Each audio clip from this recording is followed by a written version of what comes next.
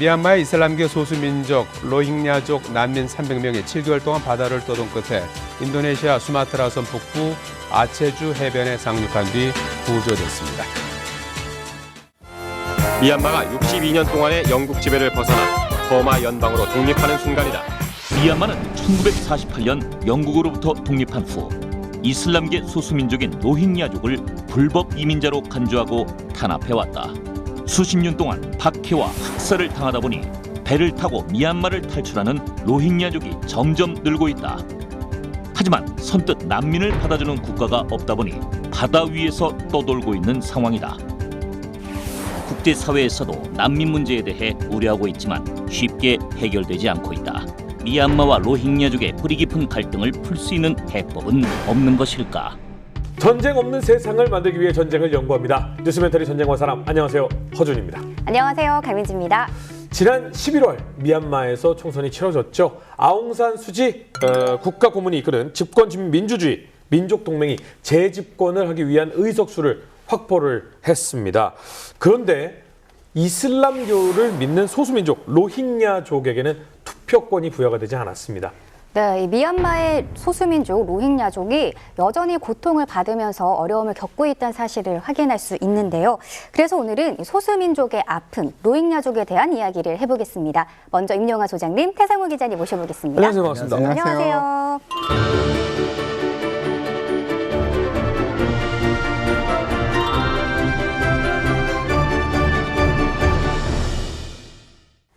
네, 이 미얀마의 로힝야족 이야기는 우리나라에서도 여러 번 언급된 적이 있는 것 같은데요. 이 유엔 난민기구의 친선 대사이자 배우인 정우성 씨도 이 로힝야족 난민에 관심을 호소했다고 합니다. 코로나19 유입의 우려로 인해서 입항을 금지당한 로힝야족 수백 명이 탄 배가 남아시아 해상에서 지금 떠돌고 있다라는 안타까운 소식도 접했고요. 이 로힝야족은 어떤 민족인가요? 로힝야족의 어원은 뭐 정확하진 않다고 하는데 보통은 로항에 사는 사람들이란 뜻이라고 해요. 이 로힝야족이 사는 동네가 아라칸이라는 지역인데 그 지역에 사는 사람이란 뜻이었다고 합니다. 네, 지금도 이 로힝야족 난민, 로힝야족 학살 이런 기사들을 종종 보거든요. 이 로힝야족과 미얀마의 갈등은 언제부터 시작된 거예요? 이게 이제 어려운 문제인데 사실 요게 로힝야족의 문제가 아니라 우리가 20세기 또는 지금까지 겪고 있는 많은 그 소수민족 문제가 많잖아요. 네. 그런 것이 되게 보편적인데 이게 이제 크게 두 가지 원인이 있습니다. 첫째는 19세기 말 또는 그 이전에 이제 제국주의 시대가 시작되면서 이것을 지배하게 되는데 로힝야족 갖고 얘기를 하자면 이 지역에 19세기 말에 영국이 이제 지배하게 됩니다. 그래서 그 당시 이름이 버마니까 버마하고 전쟁을 해서 이걸 지배하게 되는데 그 무렵에 영국은 해가 지지 않는 나라라고 불리잖아요. 네. 아프리카의 뭐 3분의 2 가까운 땅을 점령하고 있었죠. 그러다 보니까 군대를 둘 수가 없어요. 놀랍게도 아프리카 중남부 지역에 주둔한 영국군 전체가 4,000명, 5,000명밖에 안 되는 그런 상황이었습니다. 그러니까 도저히 지배할 수가 없으니까 그 지역에 있는 어떤 지역 갈등이나 종족 갈등을 이용해서 자기 편을 만들어서 지배를 합니다. 이게 아주 전형적인 수법이죠. 그래서 이것은 물론 영국만 그런 것이 아니라 사실은 일국 내에서도 수많은 나라에서 통치의 원칙이 분열시켜 다스린다. 이걸 분할 통치라고 하는데 이건 결코 제국주의 국가만 하는 것은 아니고 어떻게 보면 모든 나라가 다 하는 거예요. 그런데 그 지역에 강력한 외국 군대가 들어와서 그걸 조장해서 다스릴 때는 더 심한 갈등이 일어나겠죠. 그러다 보니까 이 지역에 들어서 좀 핍박받던 사람, 소수민족, 그것도 아주 소수민족은 안 쓰고 2등, 3등 이런 애들을 이제 권력을 줘서 다수 1위 종족을 지배하는 이제 통치를 하다 보니까 그 종족 간의 갈등이 커지는 거죠. 게다가 이제 이런 종교가 다른 경우에는 문제가 더 심각해집니다. 그러다가 영국이 철수하게 되면 묵었던 갈등이 터져나오게 되는 거죠. 근데 여기에 또 하나의 중요한 문제가 있는데 평화롭게 살던 지역에 만약에 누가 와서 제국주의가 와서 이간질을 했다. 그러면 그들이 떠나갔을 때는 얼마든지 화합할 수가 있어요. 그렇겠죠. 우리가 왜 지금까지 싸웠니? 이럴 수 있잖아요. 쟤네만 없으면 돼. 이제 우리가 더 잘 살 수 있어. 이게 되는데 대부분 이게 안 되는 지역은 사실 근원적인 문제가 또 하나 있어요. 인류 역사라는 게 원래부터 처음 시작할 때부터 종족, 부족, 씨족 하여간 어떤 집단과 집단이 통합하면서 만들어져 온 거예요. 특히 국가라는 어느 형태가 만들어지게 되면 구분이 없어지게 되는 거죠. 예를 들어 우리가 지금 그리스라고 그러고 아테네와 스파르타, 뭐 이타카와 마케도니아의 갈등은 우리가 볼 때는 지역 갈등으로 남아 있어요. 네. 영국도 마찬가지잖아요. 사실 제국주의 하자는 영국도 스코틀랜드, 웨일즈, 뭐 잉글랜드는 아예 뭐 따로 노는 것처럼 해요. 네. 하지만 국가라는 목적에서는 단합을 하죠. 그런데 이런 나라들이 제국주의 하면서 올 때까지도 사회가 통합이 안 되고 있던 지역들이 있어요. 그러니까 부족으로 살아가는 거죠. 네. 그리고 그 이전 역사가 우리에게 안 알려졌어요. 네.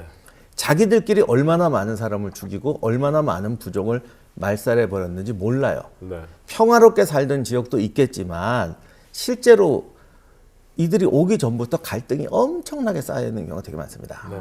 오늘 이야기하는 이 미얀마도 대체로 보면 그 주류 종족이 버마족인데 그 2차 대전 때 기록에 보면 저지 버마인, 고지 산악 부족 이렇게 돼 있어요. 아하. 그게 뭐 카친족, 카렌족, 뭔 다양한 족이 있거든요. 네네. 베트남도 그렇고. 그러면 이들이 과연 처음부터 산에 살았느냐? 가만히 보면 우리가 모르는 오랜 갈등의 역사 속에서 센 종족이 쟤들을 학살해서 산으로 쫓아버리고 아하. 저지에 사는 경우가 의외로 많습니다. 이게 제가 로힝야족이 그렇다는 게 아니라 일반적인 사례에 그런 경우가 되게 많아요. 그런데 우리가 문명 국가들이 가보니까 그전 역사가 없어도 모를 네. 뿐이죠. 그 갈등이 있는데 만약에 제국주의 국가가 들어가서 이거를 갈등을 해놓으면 이들이 떠나갔을 때 사실은 2중, 3중의 그 갈등이 생기고 이들은 자기들 스스로 국가를 만들어서 다양한 부족이 함께 사는 시스템을 만들어 본 적이 없어요. 그렇죠. 그러니까 더 원초적으로 터져 나오는 거죠.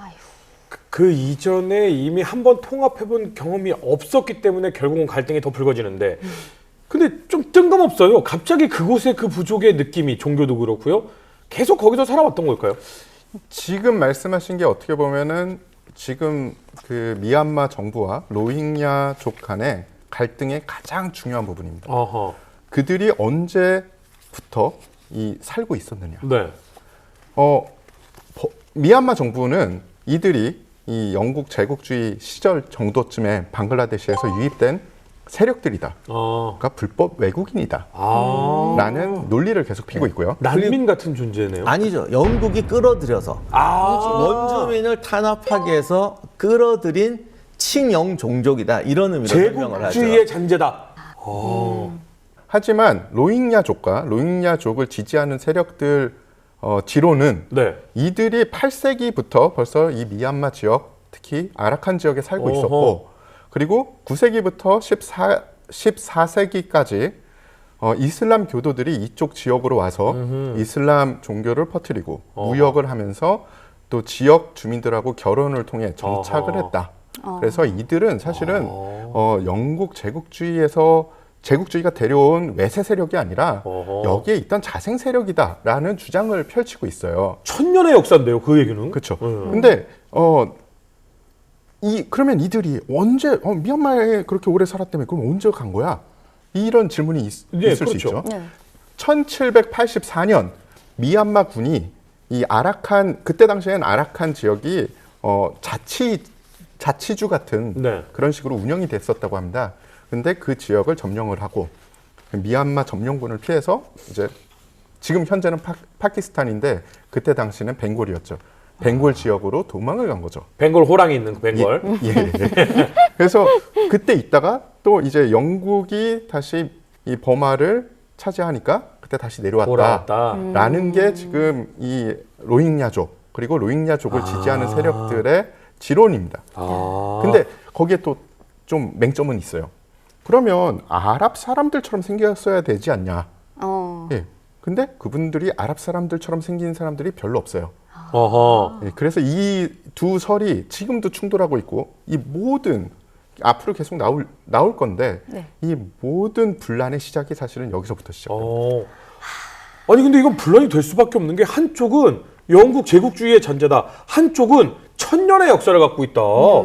이거 뭐 문제가 안 될 수밖에 없는데 이 영국이 사실은 끌고 들어왔다라는 주장이 있는 거 보면 영국의 힘을 좀 등에 업기는 업었었나 보죠. 이것도 어느 부족을 비판하려는 것이 아니라 네. 제가 아까 말씀드린 것처럼 국가적 통합 단계가 있기 전에 네. 부족들 간이 있을 때는 사실 우리가 기록을 몰라서 이제 잔인한 게 되게 많아요. 많았죠. 네. 그때도 무조건 이렇게 죽이고 이런 게 너무 많거든요. 예를 들면 그래도 나중에 뭐 국가가 좀 만들어지면 그 임의적인 학살을 하면 안 된다거나 좀 이런 말은 있잖아요. 네네. 근데 중국도 처음 국가가 만들어질 때 보면 은나라 때 저기 왕릉 발굴에 보면 수백 명을 순장을 했는데 순장해버려요. 네. 이게 이 순장도 무슨 종이나 이렇게 자원 순장이 아니고 보면은 전부 손 뒤로 묶고 그러니까 보면은 한 마을을 통으로 잡아온 거예요. 아니면 한 종족을 통으로 잡아온 거죠. 그러니까 어린아이의 개까지 있어요. 어머나. 근데 그 후대에 가면 이런 식으로 하면 안 된다라는 걸 이제 알게 되는데 네. 이런 거를 깨닫기 전에 그냥 서로 죽고 죽이고 있던 단계에 종교까지 다른 상황에서 외세가 들어와서 니네 많이 당했지. 우리 힘을 믿고 죄를 해. 이러면 또 뭐 학살 사건이 벌어지는 거죠. 근데 아마 이 얘기 또 하면 우리는 그 전에 더 학살 당해서 또 이럴 거예요. 그래서 이게 피해 보복을 이루던 관계 중에서 누가 들어와서 힘의 역전이 벌어지니까 또 증폭이 되는 거죠. 그러면 영국이 지배를 하고 있던 과중에 또 하필이면 일본 제국주의가 또 뻗어왔단 말이죠. 그러면 영국이 지배하다가 이번엔 일본이 지배를 하게 되나요? 그게 문제가 아니라 이제 편이 또 갈리는 거예요. 아, 그 중에서도 영국 편, 일본 편? 그렇죠. 그러니까 지금 이 자기들끼리 이렇게 싸우고 있는 중에 외세가 들어왔는데 외세가 또 들어왔어요. 네. 또 싸워요. 그래서 영국이 지배할 때는 오히려 로힝야족을 많이 좀 대우를 해주고 어허. 버마족을 탄압하는 데 어허. 썼기 때문에 그때 학살 사건도 있고 그래요. 네네.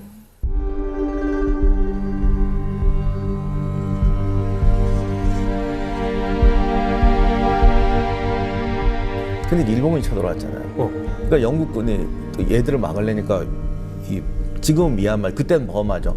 버마군하고 같이 막아야 될 거 아닙니까? 네. 그 당시 그걸 막기 위해서 2개 사단이 있는데 네. 하나는 버마인 사단이고 네. 네. 하나는 그 나머지 여러 부족. 아, 로힝야뿐만 아니라 소수민족 부족. 이걸 간단히 말하면 높은 데 사는 사람하고 낮은 데 사는 사람. 아, 물론 중간에 영국군 다 섞여 있어 혼성부대인데 네. 일본군이 쳐들어오니까 저지에 사던 버마인들은 다 집으로 가더래요. 내가 굳이 영국을 위해서 왜 싸워주냐. 니들은 우리 탄압했잖아. 그럼 영국과 일본 싸움인데 우리가 왜 도와줘? 엄청나게 타령했대요. 근데 이 고지 부족들 이거 영국 돌아가면 우리 큰일 난다. 아주 필사적으로 같이 써.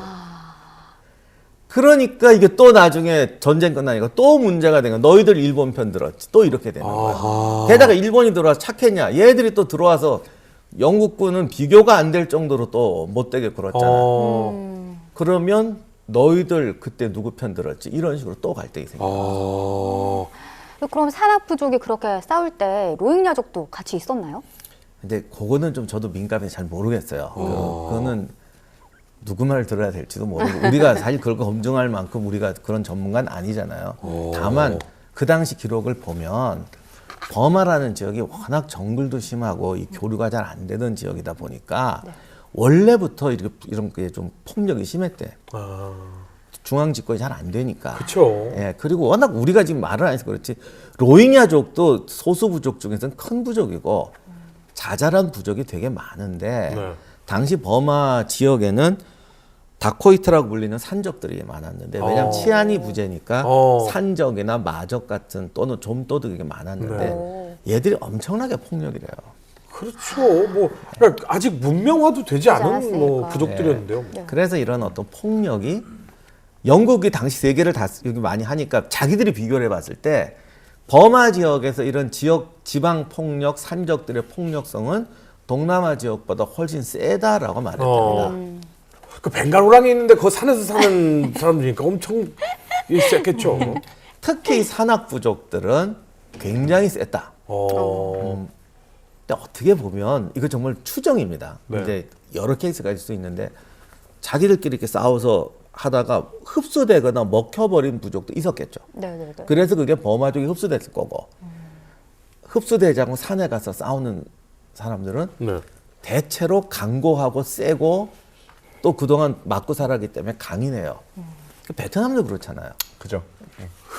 그러면 이 지금 얘기를 여지껏 들어보면 굉장히 그렇게 강한 이 산적들이나 이 잔인한 어떤 부족들이 있는 상황에서 넘버원 버마, 그 넘버 투 로힝야, 영국의 힘을 받았던 로힝야. 근데 이 로힝야족이 나중에 버마 민족을 학살하는 사건이 이때 벌어진 거죠. 그때도 있었다고 그러더라고요. 특히 1942년에 아라칸 학살 사건이라는 건데 네.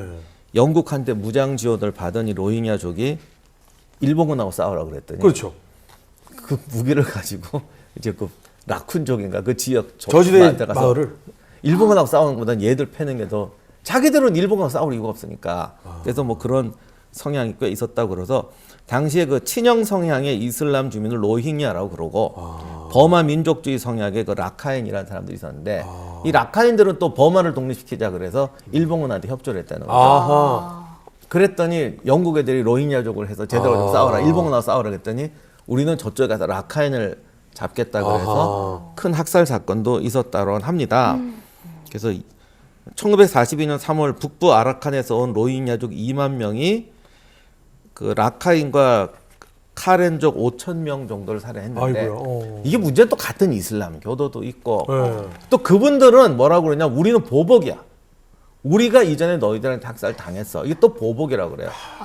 그러니까 이게 복잡하죠. 이 관계는 영원히 끊이지 않는 사실. 네, 그래서 우리가 이거 솔직히 들어가서 누가 먼저 때렸니라고 말하는 것도 이게 웃기는 것이고 네, 네. 역사적으로 이런 일이 반복되어 온 거는 맞는 것 같아요. 로힝야족이 영국 편을 들어서 그냥 싸운 것 자체가 불교도 니네들이 너무 싫어 이것만 있는 건 또 아닙니다. 조사를 해보면 당시 영국이 만약에 로힝야족 니네가 우리랑 같이 해서 일본군에 대항해서 싸워준다면 네. 나중에 아라칸 이 지역을 이슬람 자치구로 만들어줄게 아하. 라는 또 이 달콤한 사탕을 던진 거죠. 이전의 갈등을 우리가 해결해 줄게네. 예. 그런 점에서는 정말 제국주의 국가들이 나쁜 거야. 아 나쁜 거야 이거 진짜. 속된 말로 지들이 선진국이면 이걸 어떻게 안 싸우게 해서 잘 해야 될 텐데 진짜로. 자기들의 이익을 위해서 선을 넘은 거죠. 그거는 제가 영국을 변호하려는 게 아니고 영국 정치가 내에서도 반성한 사람도 꽤 있더라고요. 그 영국이 들어갔다 나온 나라들은 다 쑥대밭 그래서 경계선 들고. 아직까지 제일 그러고 있으니까. 그러니까 자기들이 옛날 제국주의 할 때 제일 잘못한 게 소수 부족 갖고 다수 부족을 이렇게 하거나 아니면 아예 이주를 시켜서 어떻게 보면 그 지금 그쪽에 하는 말인데 이주를 시켜서 딴 데다 집어넣어 버리는 거예요. 전혀 다른 곳에 집어넣어서 아예 그냥 그 지역 원주민을 아이고. 그냥 한 거 이거는 해서는 안 될 짓이었다라고 자기들도 반성을 할 정도라는 거죠. 근데 이제 그들이 그런 행위를 했기 때문에 로힝야는 가만히 있어. 그러면 나 우리 이슬람 국가 탄생하는 거야? 라고 해서 예. 여러 행위를 했겠죠. 맞습니다. 그래서 전투를 실시하게 되는데 일본군하고만 전투를 한 게 아니고 네. 당시에 라카인 불교도들은 일본군의 편에 섰었거든요. 그쵸. 왜냐하면 영국에 지배된 버마를 독립시키자. 네. 그리고 일본은 우리의 독립을 시켜줄 존재다. 라면서 그쪽 편에 이제 서서 싸우게 된 겁니다. 그러니 당연히 이 로힝야족은 일본 편이면 일본이겠지 하고서 전투를 벌였을 아하, 거예요. 아하.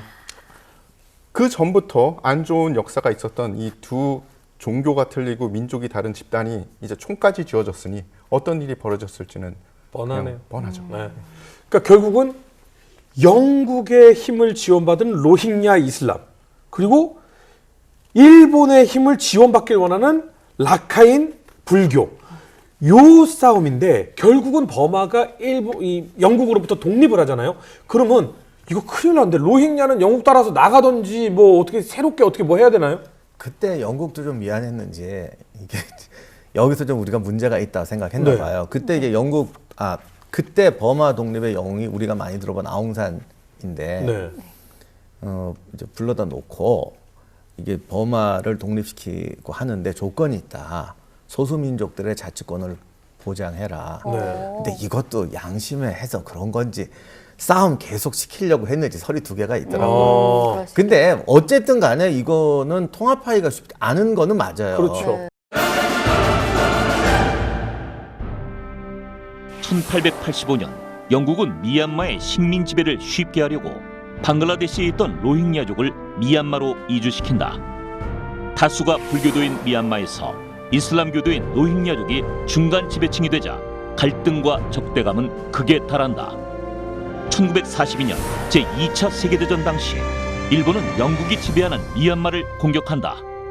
일본은 미얀마를 앞세우고 영국은 로힝야족을 지원하면서 갈등을 부추긴다. 1948년 영국으로부터 독립한 미얀마는 로힝야족을 본격적으로 탄압한다. 지금 미얀마 상황에서 이걸 하나의 국가로 통합하기 쉽지가 않으니까 그 단계의 어떤 거는 속셈이 어쨌든 맞는 것 같아요. 그래서 아웅산 같은 경우는 굉장히 그걸 노력을 했다고 그러더라고. 네. 우리가 이제 새로운 국가를 만들어야 되니까 우리 과거의 원한을 잊고 하자. 근데 또 아웅산이 암살당하잖아. 그렇죠. 폭파 사건. 네. 그러고 그때 소수민족들이 또 대응이 달랐대요. 누구는 적극 협력하겠다. 우리는 못 잊어. 우리 독립시켜줘. 막 이런데 아하. 로힝야족은 오히려 소수민족 중에서 센 편이어서 권력이 제법 있었는데 1962년에 이제 버마의 군사 쿠데타가 나면서 네. 오히려 소수민족들을 이제 누르자고 가면서 로힝야족의 시민권조차 박탈당했다고 합니다. 그러니까 사실 이거는 우리의 역사하고도 연관이 되는 게 저 어렸을 때 아웅산 폭발 사건 막 이래가지고 엄청 우리나라 정치인들도 돌아가시고 막 이랬었는데 이때 이후에 군부가 장악을 하면서 오히려 강경파 노선이 생겼고 이러면 로힝야는 이제 갈수록 안 좋아지는 상황이겠네요. 그렇죠. 버마가 독립을 하면서 이제 불교 중심의 국가가 돼버렸죠. 네. 그러면서 이 로힝야들에게는 계획적인 차별 정책이 시행이 됩니다. 시민권을 안 준다는 의미는 그냥 그럼 투표권만 안 주는 건가라고 생각할 수 있지만요. 교육권도 없고요. 주거의 자유도 없고요. 그리고 통행의 자유도 없는 거예요, 사실. 인간이 아니네요. 그냥 그림자 인간이라고 보시면 돼요. 그렇기 때문에 국민이면 당연히 받아야 될. 그러니까 벌써 로힝야족 중에 많은 사람들은 그 국가에서 대대로 살았을 거 아닙니까? 네. 당연히 나는 국민인데 그런데 어느 날부터 받을 수 있는 게 없어지는 거예요. 네. 받을 수 있는 게 없어진 다음에 그들이 할 수 있는 선택권이 뭐가 있겠습니까? 무장투쟁. 순종을 해서 그림자 국민으로 살든지 아니면 무장투쟁을 개시를 했겠죠. 네. 그 전입은 안 돼요. 그러니까 나 그냥 버마인 할래. 나 이제 로힝야 안 할래 이렇게. 되게 좋은 말씀을 하셨어요. 네. 전입을 하겠다는 로힝야족들이 있었습니다. 미얀마 정부가 당시에 버마 정부가 그럼 어떻게 했냐 하면요. 그래? 그러면 니네가 거기서 대대로 살았다는 증거를 가져와봐. 근데 그 증거를 제시할 수 있는 게 없었어요. 그때 당시에 무슨 뭐 없나? 자료를 남길 수도 없는 등본 이런 거. 그렇죠. 어차피 그 전부터 자치였고 혹은 좀 배척받은 그런 종족이었기 때문에 중앙 정부에 세금을 낸 기록도 없고요. 그렇죠. 그리고 인구 기록에 들어가 있는 것도 없었던 거예요. 아하. 봐봐, 니네 기록 없잖아. 니네 영국 외세 따라서 들어온 놈들이잖아. 니네는 불법 외국인에 불과해. 이거 뭐 방법이 없네. 그래서 결국은 이 울분에 젖은 혹은 나는 도저히 참을 수 없어 하는 사람들은 총을 잡았죠. 그래서 무장 투쟁을 실시를 해요. 근데 정부군이 토벌을 또 대대적으로 합니다. 그래서 1961년 정도 되면 정부에서 정부군을 대대적으로 동원해서 토벌 작전을 펼치니 지역 주민과 그리고 무장 세력 간에 이 단절이 오죠. 그러니까 단절이 있었다는 것은 사실 주민들을 가혹하게 탄압했다는 거죠. 그죠. 정상적인 방법으로 안 했다는 거죠. 그러면 이 무장 세력들이 더 이상 투쟁할 수가 없거든요. 네. 뭘 먹어야 되는데 그치. 네, 공급원이 없어. 공급원이 없습니다. 그래서 대부분 투항을 합니다. 투항한다고 해도 받아주지도 않고 어떡하라는 거예요, 그러면? 그냥 사람 아닌 것처럼 거기서 알아서 풀 뜯어먹고 살아라 이렇게. 그게 제일 무서운 거죠. 왜냐하면 시민권이 있든지 심지어 적군이라도 기록에 남아있는 사람들은 그래도 이 사람이 살았어, 이 사람이 병원에 있어, 이 사람이 어디 있어 이런 기록이 있잖아요. 네. 이 사람들은 기록에 없는 사람들이니 누가 죽여도 할 말이 없고요. 죽어서 묻어도 그냥 뭐가 존재가 문제야? 사라지네. 이렇게 되는 거죠. 21세기 가장 가혹한 형벌이 존재가 사라지는 거라고 누가 그러시던데, 야 이거 정말 슬픈 일인데 그렇다고 그러면 로힝야도 어떤 대책을 마련해야 되는 거 아닙니까? 그대로 있어요 그냥? 그대로 있진 않았습니다. 그래서 1970년도에 네. 또 다른 무장 세력이 이제 생깁니다. 그렇죠. 울분에 또 찾겠죠. 네. 뭐 정부에서는 전혀 변동이 없었어요. 니네는 그냥 영국 외세에 따라 들어온 불법 외국인일 뿐이야. 이 기조를 끝까지 가져갔거든요. 네. 심지어 현재까지도 그 기조예요. 그러니 무장 투쟁 말고는 이 사람들이 할 수 있는 일이 없다라고 생각하는 일부의 세력들이 생겨난 거죠. 영국 망명한대요. 영국에서는 그 독립시켜주면서 로힝야족의 일부 권력을 이양하면서 손을 털어버렸습니다. 1978년 2월 7일 날 이 무장 세력에 대한 대대적인 또 군사 작전이 진행이 됩니다. 네. 작전명이 드래곤 킹이라고 합니다. 구테타로 정권을 잡은 그 내위인 정권이, 그러니까 군부 독재죠. 네. 언제나 그들은 외부 세력과 이 내부의 불만 세력들이 다시 역구테타를 일으킬 수 있어라는 네. 불안감에 언제나 떨었어요. 네. 그래서 이 기회에 불만 세력들, 특히 로힝야들을 정리를 해버리자 아하. 라는 생각을 한 겁니다. 군대를 동원해서 싹 다 밀어버리기에는 국제사회의 시선이 신경이 쓰인 거죠. 그렇죠. 이제 70년 된 벌써. 그죠. 네. 그래서 좀 머리를 썼어요. 네. 군사작전이지만 인구조사다. 인구조사를 통해서 일부 문제가 되는 지역에 불법적으로 거주하고 있는 외국인들의 숫자를 알아내서 이들을 조치를 하겠다. 우리가 군대를 동원한 이유는 만약에 일어날 수 있는 무력 충돌을 위해서다. 무섭다. 네. 군대를 동원했지만 군대는 그냥 사실은 혹시 몰라서 동원한 거야 라는 그런 허울이 있었지만 실질적으로는 군사작전이었죠. 인종 청소네 뭐. 그렇죠. 네. 예. 그래서 이 작전으로 20만 명에서 25만 명의 로힝야족이 삶의 터전을 떠나서 추방을 당합니다. 하지만 당시에 버마 정부는 25만, 20만은 아니고 15만 명 정도의 정말 문제 있는 외국인, 불법 외국인을 우린 추방했을 뿐이야. 라고. 숫자를 줄여서. 예. 근데 그 숫자의 차이가 정말 무서운 거죠. 그러니까요. 예, 그들은 사실은 어디 가서 얘기할 데도 없거든요. 네. 그리고 제 기억에는 그 당시에 이제 미얀마로 국명 바꾸고 할 때쯤에 강력한 세국 정책을 써가지고 원래 우리나라에서 축구 할 때 제일 한국이 옛날에 고전했던 게 버마였어요. 아시아에선 이렇게 다투고 우리가 잘 못 이겼거든요. 근데 어느 날 애들이 안 나오기 시작하더라고. 그래도 제가 잘 기억하고 있어요. 내부 내실을 다지기 위해서. 네, 그래서 아마 이런 문제들이 잘 많이는 알려지지 않았을 겁니다. 예, 그래서 그 난민들이 방글라데시로 밀려들게 된 거죠. 네. 방글라데시 정부는 이 난민들을 다 수용할 수 있는 그런 여유가 전혀 없었어요. 그래서 처음에는 적십자사에서 가서 도와주려고 했는데 적십자사에서 현장을 가봤더니 아이고 이 규모는 내가 어떻게 할 수 있는 게 아니다. 결국 유엔의 도움을 요청합니다. 다행히 1978년 7월 31일 날 미얀마 정부와 방글라데시 정부가 협약을 맺어서 네. 난민 중에 18만 명이 다시 돌아가게 되죠. 대다수네요. 예, 로힝야족의 18만 명의 난민이 다시 돌아갈 수는 있게 된 겁니다. 아니 문제가 다시 돌아가면 뭐합니까? 맞아요. 가서 인간 취급을 못 당하고 쫓겨나온 건데요. 정확히 말씀하셨는데요. 이 군사작전이 진행이 되면서 추방을 하고 이들의 삶의 터전을 놔둔 건 아니고요. 모두 다 소각시키든지 밀어버렸었어요. 그러니까 이들은 돌아와도 다시 삶의 터전을 만들어야 되는 거죠. 네. 그러면 그나마 그래도 그러니까 역사는 사실 슬픈 쳇바퀴가 돌아가기는 하지만 그래도 이제부터 다시 시작하게만 해주면 이 18만 명이 다시 한번 터전을 마련하고 살 수 있게만 해주면 되는데 그렇게 되나요? 아니요.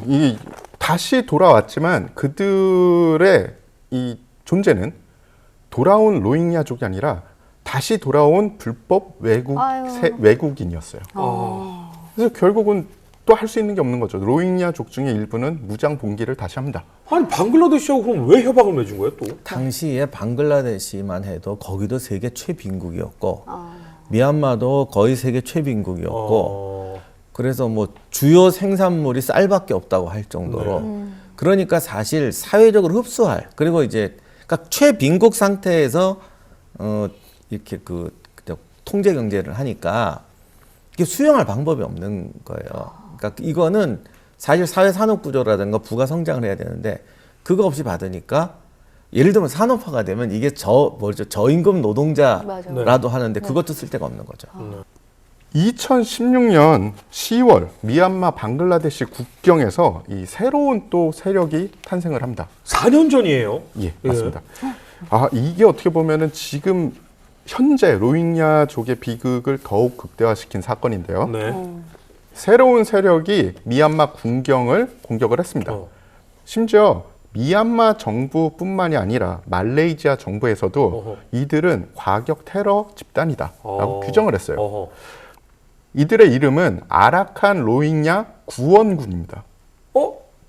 로힝야는 알겠는데 아라칸은 왜 구원? 아라칸이 옛날 그 지역의 지명이에요. 아. 예, 그러니까 이들은 현재 미얀마 정부를 어떻게 보면은 거부하는 겁니다. 옛날에 우리가 살았던 내 자치권 돌려줘라. 그렇죠. 우리는 아라칸 자치구의 구원군이다라는 의미죠.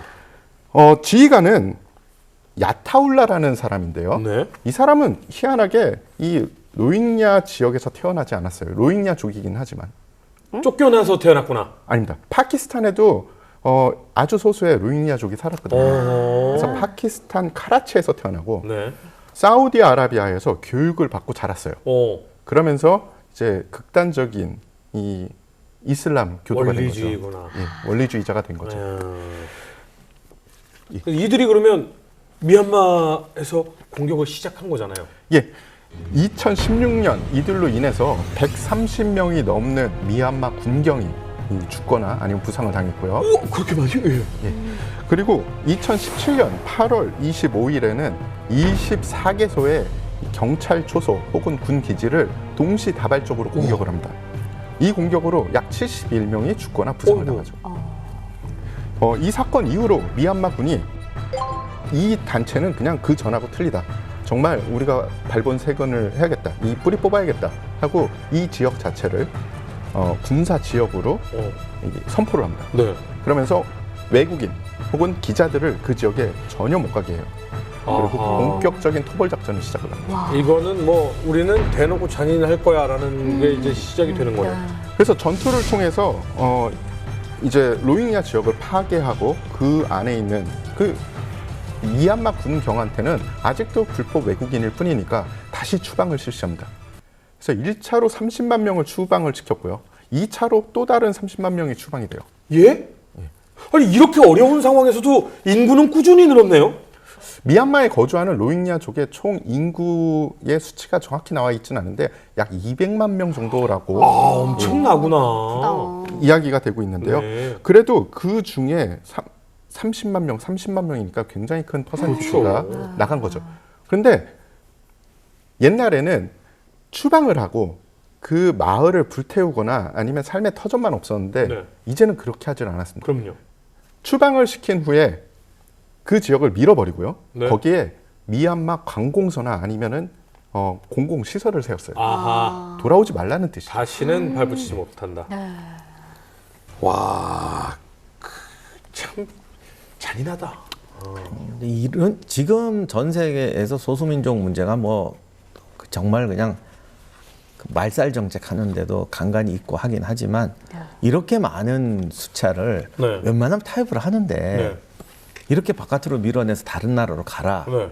이런 경우는 정말 드문 것 같아요. 다른 나라하고 갈등 생기지 않나요, 이러면? 안 받죠. 이런 대규모 인원을 받으면 그 나라는 소수민족 문제를 또 안게 되고 그렇죠. 이 주변 국가들이 다 또 소수민족 문제로 복잡한 나라들이에요. 사실 베트남도 그렇고. 그러니 이걸 누가 받겠어요. 거기다가 사실 미얀마에는 우리가 오늘 대표적으로 로힝야 예를 했지만 카렌족, 카첸족 그래서 또 뭐 되게 많아요. 네네. 그 카렌족 게릴라 같은 경우도 한때 뭐 그쪽에 호랑이 뭐 그래가지고 사실 저는 로힝야족보다 카렌족 얘기를 옛날에 먼저 들었어요. 이쪽 사람들이 아주 세가지고. 강경하다. 네, 그래서 다만 그런 거를 생각하면 이 정책이라는 게 여러 가지 의미를 가지고 있죠. 그래서 아마 로힝야만 밀어내는 게 아닐 거야 이게. 근데 이 로힝야족의 문제 말고도 이렇게 소수민족들의 갈등이 이렇게 많은데 왜 이렇게 소수민족 갈등이 지속되고 있는 거예요? 간단히 말하면 해결책이 없어서 그래요. 그러니까 그 해결책이 뭔지는 솔직히 세상에서 내가 알기로 지금 내놓는 사람이 없을 거야. 100% 노벨 평화상 그거 해결책 내놓으면 해결될 수 없는. 해결될 방법이 지금 어떻게 보면 마땅치가 않죠. 네. 몇십만 명을 자기네 나라에서 받아줄 나라도 없고. 네. 그리고 이 두 가지 문제가 있는데 결국 자생적으로 문제가 해결돼야 되는데 30만 명의 농업 우리 사회보다 굉장히 지금 우리나라에도 로힝야족이나 카렌족 그런 분들이 있는 걸로 알고 있어요. 그래요? 네, 있긴 있어요. 근데 대규모로 받으면 이분들이 어떻게 살게 하냐고. 농장을 줄 거야, 농업을 할 거야. 그것도 만만치가 않고 이런 문제가 생기는 거죠. 그래서 이거를 지금 해결할 방법이 사실 만만치가 않고 특히 미얀마 같은 경우는 이 갈등이 워낙 오래됐기 때문에 오히려 제가 볼 때는 베트남 같은 경우는 산업화를 하면서 안 좋은 면도 많아요. 산업화하면서 또 이제 거기서 또 문제들이 생겨요. 사회 빈민, 도시 빈민층이 된다거나 뭐 기타 등. 태국도 소수민족들이 굉장히 사회에 안 좋은 구석으로 많이 가고 뭐 이런 것들이 있어서 지금 문제가 돼 있는데 네네. 이 방법이 옳은 방법이냐고 또 저도 말 못하겠어요. 그렇지만 농업사회로 그냥 두고 땅을 떼어준다는 건 결국 또 그 사람들이 용납할 수 없는 문제이기 때문에 이것도 이렇게 생긴다. 네. 결국 과거 체제를 유지하느냐 산업화를 하느냐 다 문제가 되더라. 참 답 없는 어려운 문제입니다. 근데 아웅산 때 영국하고 그 협의를 하고 어느 정도 괜찮았잖아요. 그러다 군부 독재가 되면서 뒤집었잖아요.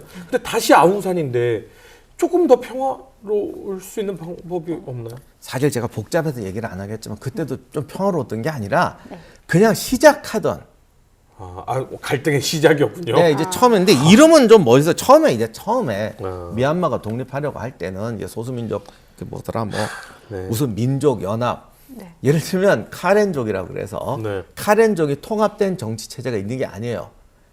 자기들끼리는 또 달라. 자기들끼리. 아하. 보니까 뭐 레드 카렌, 무슨 카렌, 고지대 못낀 카렌 뭐 되게 많더라고. 그러니까 지금 우리가 지금 얘기하는 거는 미얀마, 버마 뭐 이 정부와 그리고 고지대 이 지금 로힝야를 얘기했는데 알고 보면 이 안에도 정말 많은 갈등과 분열이 있군요. 그렇죠. 그래서 그때도 카렌족도 아니고 카렌 뭐 민족 연합, 뭐 또 로힝야도 민족 연합 이런 사람들이 또 서로 뭐 복잡하구나. 우리는 들어간다, 안 한다. 요 단계에서 뒤집어졌어요. 아이고, 그러니까 참 좋아. 사실 그게 그대로 갔다고 해서 아름답게 끝났다는 보장도 없어요. 그러니까 제가 이거는 뭐 우리도 제가 그걸 살아보질 않았고 문제가 해결되길 바랍니다만은 참 문제가 쉽지 않다라는 거를 참 어렵네요. 그래서 오늘 얘기를 했지만 사실 무장투쟁했던 거는 카렌족이 더 유명했어요. 그 카렌족 같은 경우 특히 강했나 봐요. 영국군이 싸우는 기록 보면 그때 로힝야기 또 의외로 잘 안 나오고 카렌족이 더 유명하더라고요. 싸움 잘한다고. 그래서 뭐 에피소드 중에 하나가 그 일본이 공격해서 랑군, 버마의 수도였던 랑군이 함락될 때 나중에 이제 그 버마 인팔 전선의 유명한 장군이었던 스티렐이라고 있어요. 네. 이분이 이게 또 비난도 많이 받는데 그거는 확실했던 사람이 이러 저게 군인이라면 이래야 돼 이런 거 되게 셌던 양반이거든요. 겨우 뭐 병사가 뭐 대사관 경비원 뭐 이래갖고 중국군 대사관 경비원에서 군인 한 30-40명, 민간인 한 60명. 그래서 이 사람들을 데리고 지금 도망쳐야 되잖아요. 후퇴해야 되는데 철도가 다 끊긴 거예요. 그랬더니 그 유명한 인팔 작전 옛날에 들어보셨죠? 인팔이라고 그 엄청나게 그 험한 지대로 들어가야 되는데 그걸 넘어서 인도로 도보로 탈출하자고 그래요. 그래서 식량도 제대로 보급도 없는 상태에서 그 사람들을 끌고 이제 가는데 거기 이제 의료 선교사로 왔던 미국인 의사 한 명이 자기 병원 간호원들을 데리고 여기 참여를 합니다. 어이구야. 우리도 데려가죠. 근데 그 간호원이 되게 카렌족 소녀들이었어요. 아하. 왜냐하면 이게 외국인이 들어와서 뭐 기독교 전도하고 뭐 요즘 말로 서양 학문 가르치니까 원주민들은 안 받아들이는 거예요. 어허. 이게 또 소수민족들이 잘 받아들여요. 왜냐면 자기는 거기서 비주류니까. 예, 10대 소녀가 19명인데 뭐 다들 날씬하고 뭐 조그맣고 그런데 이게 뭐 미해병대 이런 애들이 저런 애들을 어떻게 데려가지 우리 지금 피난해야 되는데 이래갖고 막 놓고 가자 이런 얘기도 있었나 봐요. 근데 또 안 돼. 단 한 명도 버릴 수 없어. 군인이라면? 그렇죠. 군인이라면. 그 라면이 참 무서운. 음식 라면 말고 그럼요. 이 라면이 라떼는보다 더 무서운 게 여러 사람 라면입니다. 맞아요. 그냥 가는데 이게 뭐 대사관에서 편히 살던 애들이 그 험한 범한 산악지대를 가니 죽어나는 거예요. 그럼요. 그랬더니 정작 이 소녀들이 잘 버텨. 그 등치들 간호하고 와. 부축하고 산에서 먹을 것 찾아오고 어.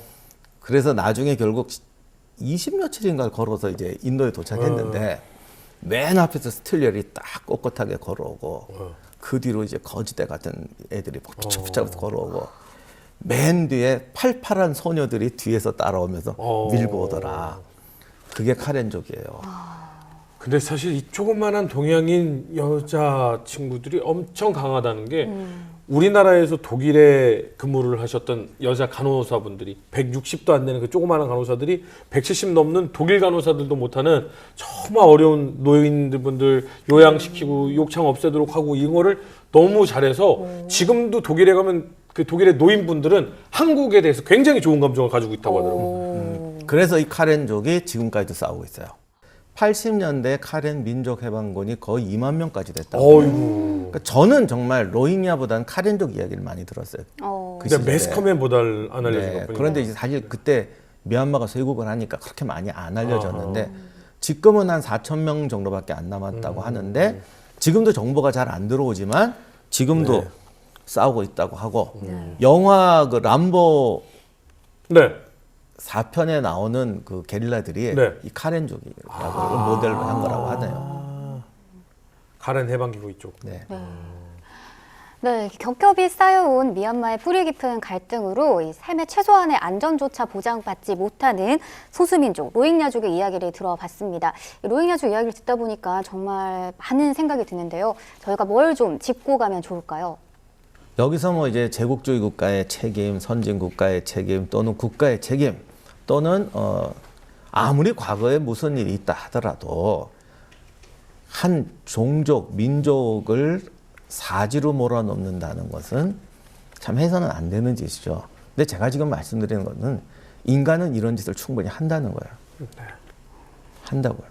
종교가 달라서 인종이 달라서가 아니고 같은 동족에 대해서도 얼마든지 이렇게 할 수 있어요. 그래서 로힝야족이나 이런 문제에 대한 해답은 제가 지금 뭐 저도 잘 말씀드릴 수가 없지만 국가라는 것이 안 좋은 면도 많지만 왜 국가라는 게 인류가 사람들이 만들어 왔느냐. 바로 이러한 갈등을 어떻게든 해결해서 통합하기 위해 해온 것이다. 그래서 결국 국가라는 것은 국민과 지역을 분열시켜서는 안 되고 그거를 통합해 간다는 것이 미래와 우리 민족을 위해서 얼마나 중요한 일인가를 그냥 우리가 한번 명심하고 생각해 보는 게 중요하다고 생각합니다. 네, 세상에는 정말 해결할 수 없는 문제들이 있는 것 같습니다. 그래도 기적이 꼭 일어났으면 하는 바람입니다. 저는 오늘 이 이야기를 들으면서 여러분들의 생각, 여러분들의 마음 이거는 여러분들의 자유입니다. 하지만 외면하지는 않았으면 좋겠습니다. 우리가 우리의 나라를 지키지 못하고 우리의 자주성을 지키지 못하면 세계가 외면하는 불쌍한 국가가 될 수도 있습니다. 그러니까 외면하지 말고 이러한 세계의 사실들을 저희 방송을 통해서라도 직시하셨으면 좋겠고 우리는 그런 역사를 결코 맞이해서는 안 된다라는 생각을 좀 가졌으면 좋겠습니다. 뉴스멘터리 전쟁과 사람 다음에는 더욱더 흥미로운 주제를 가지고 인사를 드리겠습니다. 시청해주신 여러분 감사합니다.